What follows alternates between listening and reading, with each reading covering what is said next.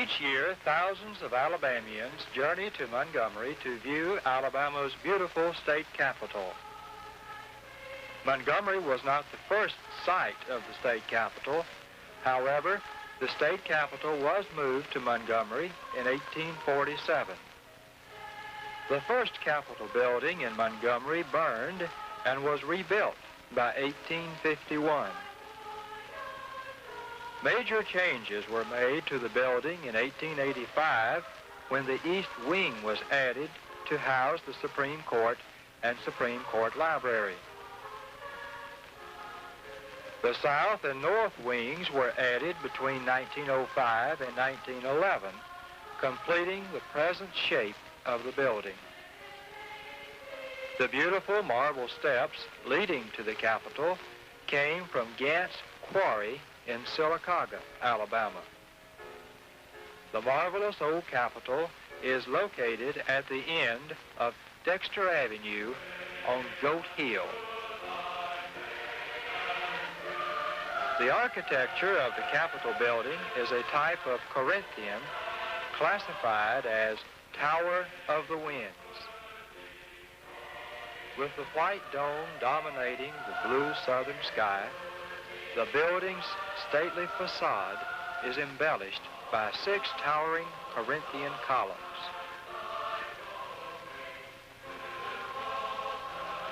The structure was designed by Philadelphian George Nichols and is fashioned after the United States Capitol.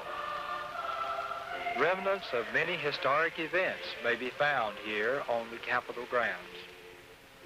Jefferson Davis stood on this spot February 18, 1861.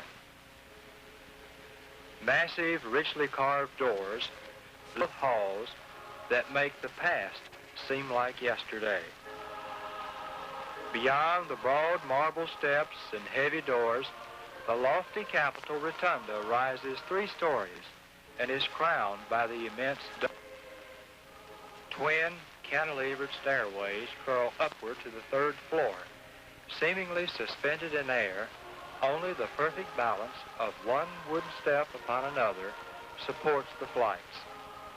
The stairs were designed by Stephen Button. As we move into the lobby, we are greeted by a statue of the late Governor Lurling Wallace. Governor Lurling was Alabama's first lady governor. Although she only served 2 years, in those 2 years, she captured the hearts of all Alabamians. Governor Lurling died of cancer in 1968. The walls of the wings of the 1st floor of the Capitol are filled with portraits of the governors of Alabama.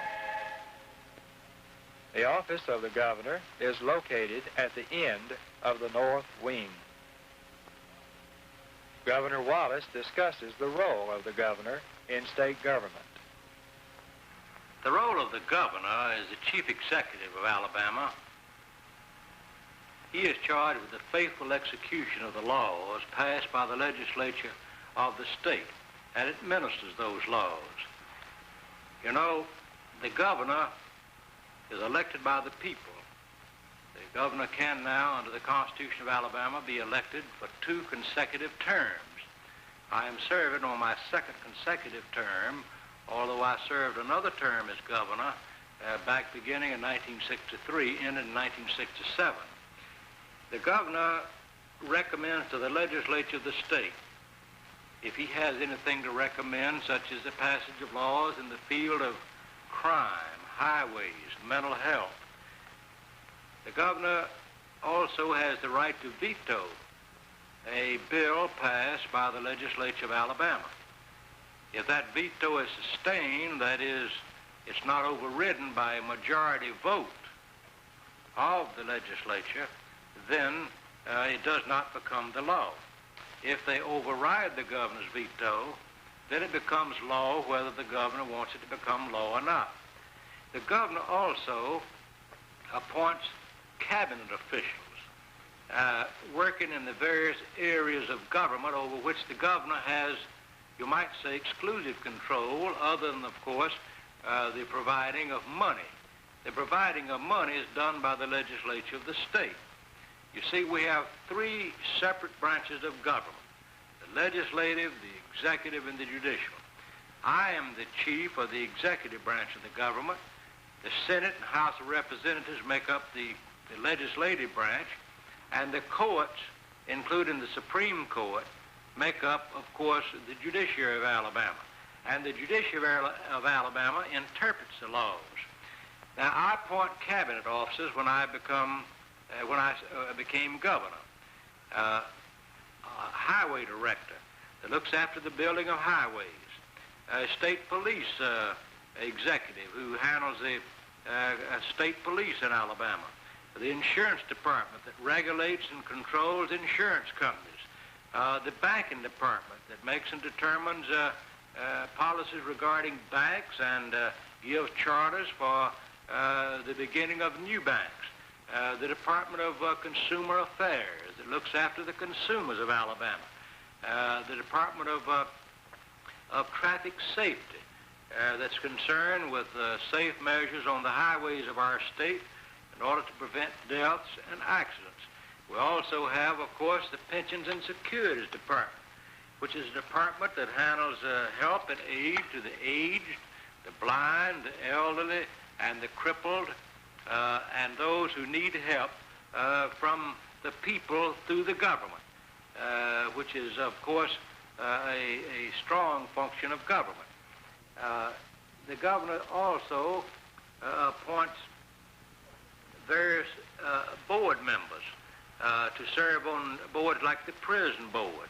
The prison board is not directly, prisons of Alabama, not directly under the governor, but the governor does appoint the board. The governor does not serve on that board, but he appoints the board. He also appoints boards, the mental health board that looks after those who are mentally ill in Alabama. Those are some of the functions of government. Another cabinet position is that of conservation director that handles the state parks of Alabama and the seasons involving hunting and fishing and our wildlife and our streams. We also are indirectly involved in the state health department, which of course is not directly under the governor, but is under a state board of health. The Department of Education is not directly under the governor because the State Board of Education is elected, and then they elect the State Superintendent of Education. But the governor is required each year to write a budget, to set out in budget form and submit to the legislature certain requests to run all of these various functions of government, including health, education, and help to the aged and blind, the courts, and for the police, and other functions of government. Those are the main functions of your governor, acting as the chief executive of Alabama. As we leave the governor's office and return to the first floor lobby, the next stop on our tour is the second floor. The House of Representatives and the Senate chambers are located on the second floor. The Alabama Legislature is a bicameral body. The House of Representatives has 105 members chosen by districts. On January 7, 1861, the Secessionist Convention met in the House of Representatives chamber, and on January the 11th, voted Alabama out of the Union. The historic chamber remains essentially the same as it was on that decisive day. All state constitutions, except the first one, have been written in this chamber.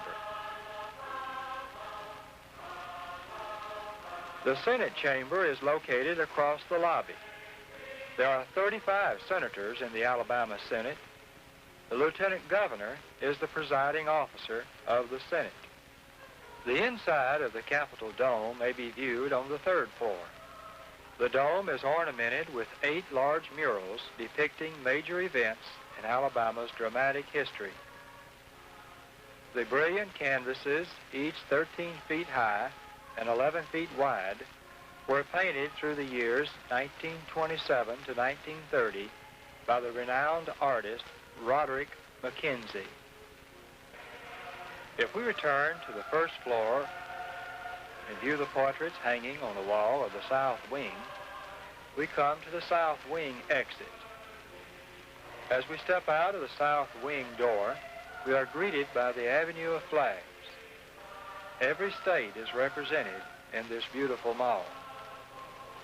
For the bicentennial year, Alabama's replica of the Liberty Bell was positioned in the center of Alabama's avenue of flags. There are many interesting things to see on the grounds of the Capitol. The Confederate Monument stands on the north lawn of the Capitol. Soaring above the trees, the monument pays tall tribute to the heroic men and steadfast women of the South. Sculpted in marble, life-size figures of Confederate soldiers and seamen guard the four corners of the monument. One of the tallest statues in Alabama, the completed monument was unveiled December 7, 1898. It was designed by Gorda C. Dowd, a Montgomery artist, and executed by Alexander Doyle. The building housing the Department of Public Safety is located in close view of the Capitol. Most of the public safety building is occupied by the state troopers. A museum of the history and progress of the Department of Public Safety has been established in the lobby of this building. If we move on around the complex, the next member of the group is the Department of Archives and History. This building is the depository for the basic documents of our state heritage. Constructed in 1940, the Archives building is a living monument to Mrs. Marie Bankhead Owens. The story is told that she went to Washington asking for funds to construct the building and was asked to give 2 reasons why Alabama should get money instead of other states. She answered, "I have one brother who is Speaker of the House and one who is the ranking senator from Alabama." She was then asked where she wanted her building. The Archives and History building has 4 floors. The basement of the building serves as storage and reference area for papers, letters, books, newspapers, and other important documents. The documents are available to anyone doing research or simply interested in the past. While Jefferson Davis served as the President of the Confederacy, he lived in what is now called the first White House of the Confederacy. Registered as a national landmark, the house has been authentically restored and furnished with furniture belonging to the Davis family or of the same period. The Highway building is located across from the Little White House and behind the Capitol. This building houses the administrative and many of the testing offices of the Highway Department. Charged with construction, maintenance, and administration of all state and federal highways and many county road systems, this is one of our most vital services. Other offices are located in the Highway building. The Bureau of Publicity and Information and the Physical Fitness Commission are 2 of the state offices located here. At the other end of a long parking lot reserved for legislators and cabinet officials, we find the Administrative building. This building houses many of the administrative offices of state government. The Industrial Relations building is located on the north side of the Capitol. This building houses the Industrial Relations Department. The State Office building stands to the right of the Capitol. This building was constructed in 1952. The Education Department and the Health Department occupy most of the office space in this building. The Public Service Commission is also located here. The Supreme Court building is located across Decatur Street from the State Office building on Dexter. The State Court of Appeals and the Supreme Court hear cases in this building. There are some state buildings located outside of the Capitol complex. The Agriculture and Industries building is the largest state building outside the complex. This building houses offices and laboratory space for the Department of Agriculture and Industries. Although it has no permanent tenants, this building probably houses more people in a year's time than any other state building. The Coliseum is operated by the Agriculture and Industries Department. Many outstanding cultural, entertainment, and sporting events have been held in this building. The Rice Simple Heart House on Union and Monroe has recently been restored. The house was constructed in the 1850s. The Alabama Historical Commission is located on the second floor of this building. The Lurling B. Wallace Museum occupies the bottom floor of the building. We hope you have enjoyed your visual trip to this cherished legacy and that you will explore Alabama State Capitol in person.